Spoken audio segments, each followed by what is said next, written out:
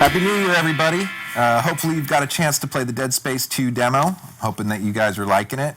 And we've got some more questions, so I'm going to go ahead and check them out. Let's take a look.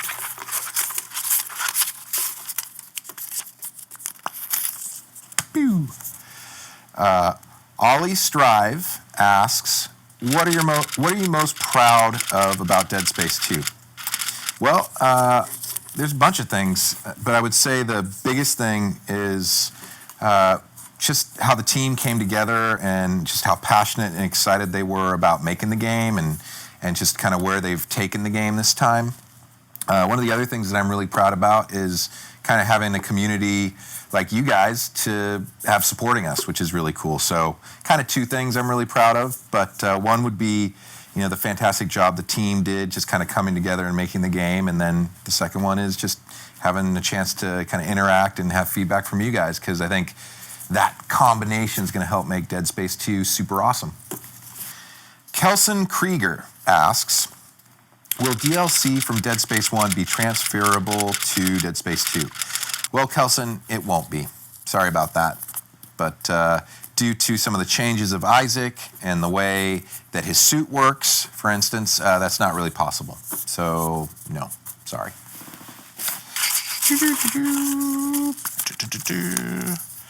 Thomas Graham. Hello, Thomas.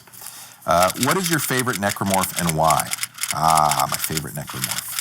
I like a lot of them, actually.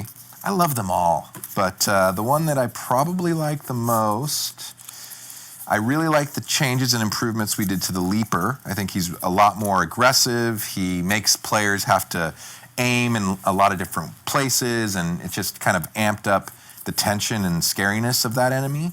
And then of the new guys, I really like the Stalker. I think he's super cool, very different than anything we'd done in the past, and it's really cool to watch people playing when they fight the Stalker, because they tend to kind of get freaked out, which is always fun to see.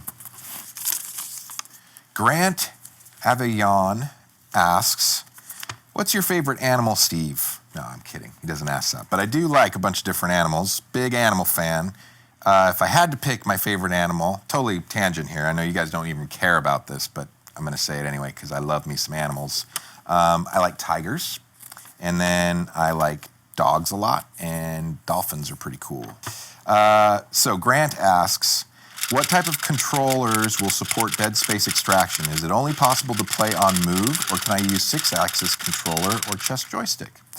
Well, Grant, we thought a lot about that question, so we made sure that people could play with any of the available controls that you have for your Sony PlayStation 3. So the 6-axis, the DualShock, the Move with the sub-controller, all of those will work. And they'll also work in conjunction. So let's say you have one Move controller, and a buddy comes over, and he wants to play, but you only have 6-axis for him. Well, you can play like that too. So you can have different combinations of controls.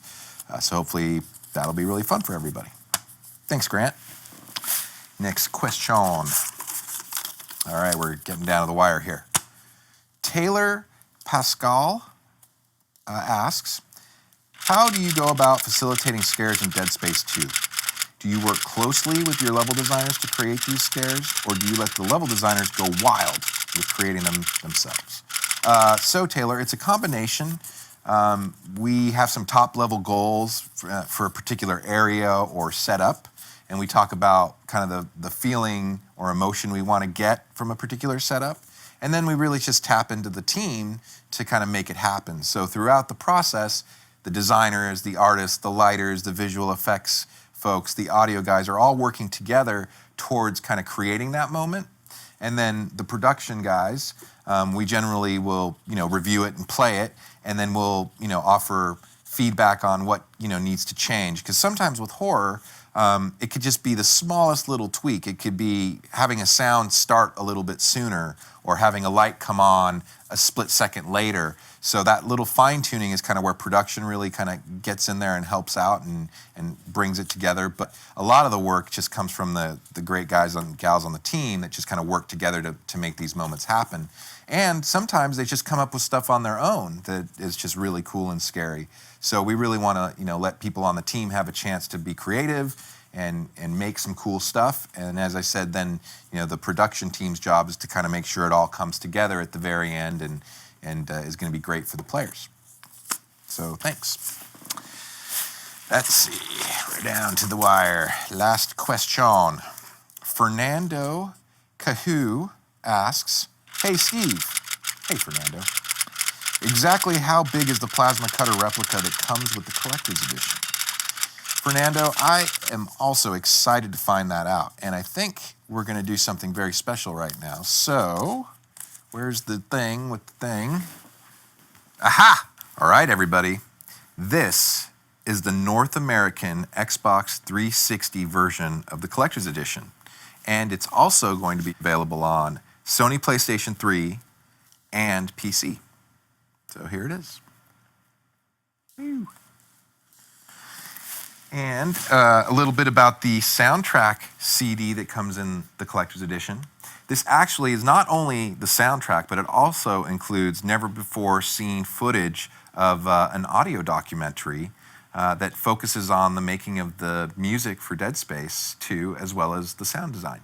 So that's really cool. That's never before seen anywhere. And it's got, full video documentary, which is going to be really fun, and hopefully everybody enjoys that. And again, lastly, the plasma cutter that I'm going to use as a cat toy because it's going to be awesome and have a lot of fun with this and probably have it on my desk, either here at work or maybe at home. I think I might keep it at home. Here it is. Pew, pew, pew.